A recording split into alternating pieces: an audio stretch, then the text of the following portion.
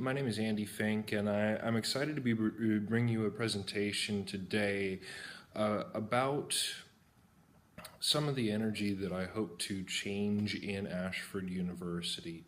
The step from from quantity to quality, and it's an exciting change that we can make within Ashford University. We have that opportunity nowadays. So, what does that mean exactly? Quality over quantity.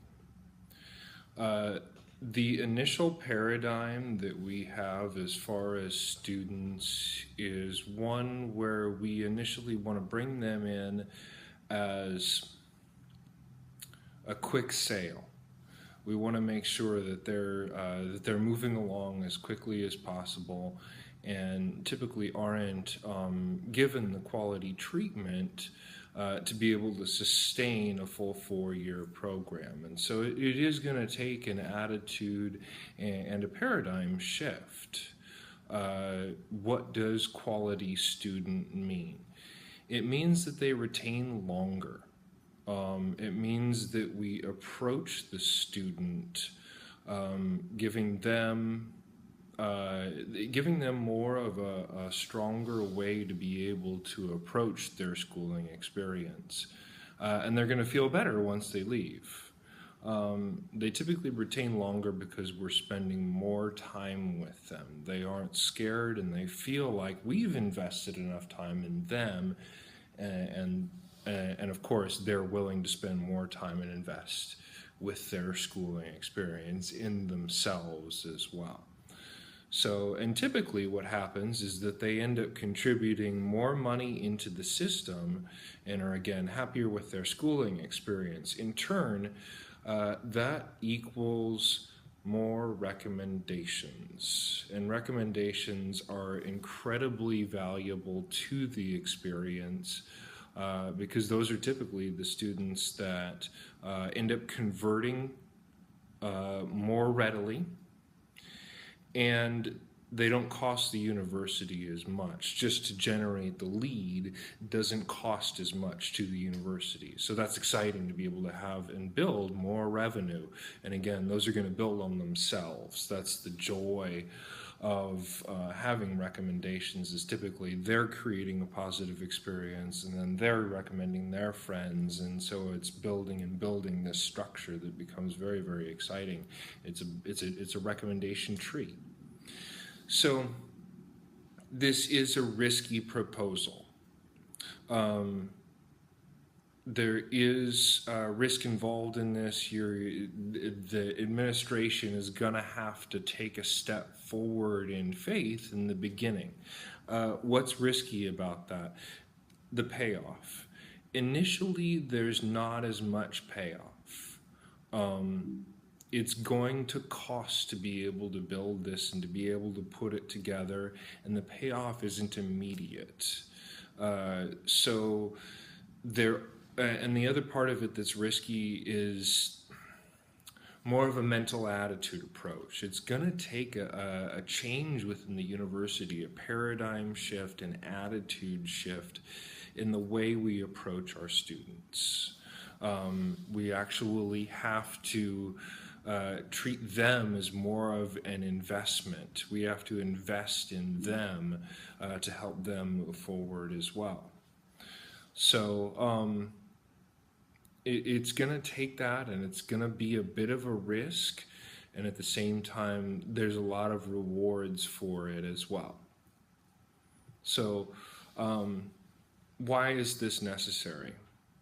The immediate model, the model we have, is not quite as strong as it could be, and it's not as sustainable as what we can do. So what needs to be done? We need to increase the advisor to student ratio. Again, a risky proposal because it does cost a lot, and those aren't necessarily what you would consider the cash cows.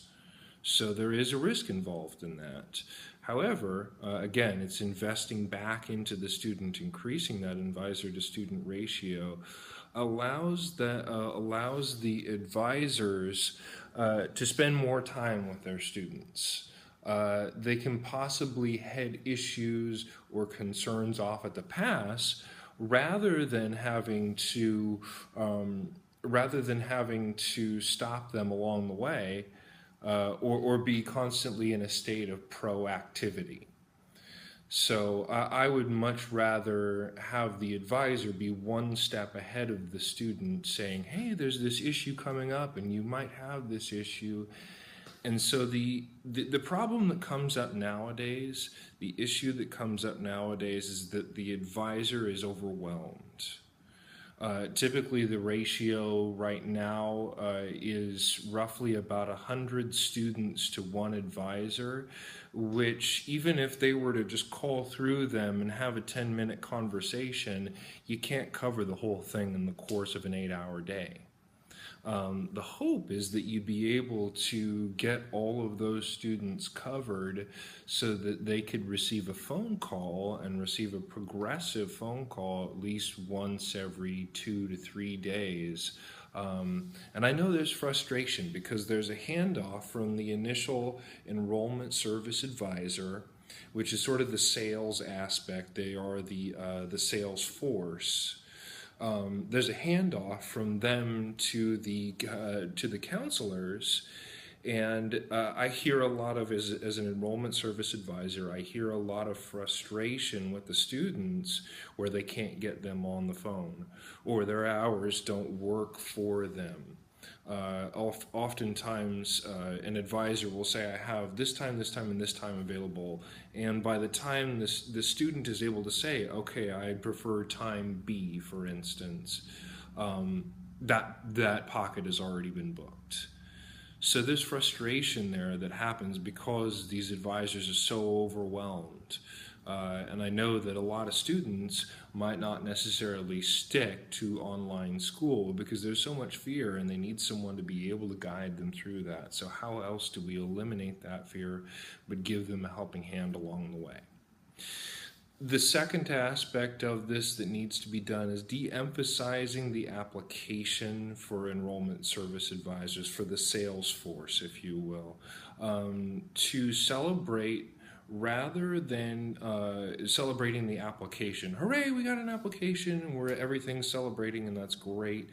De-emphasize that and celebrate the completer. Celebrate the person who completes and celebrate the enrollment service advisor who helps that student complete the first class. That holds them more accountable, and it also makes the celebration carry a little bit more gravity, a little bit more weight. So that's going to help focus that student and focus that enrollment service advisor and hold them a little bit more accountable. Finally, the next step is the actual training model.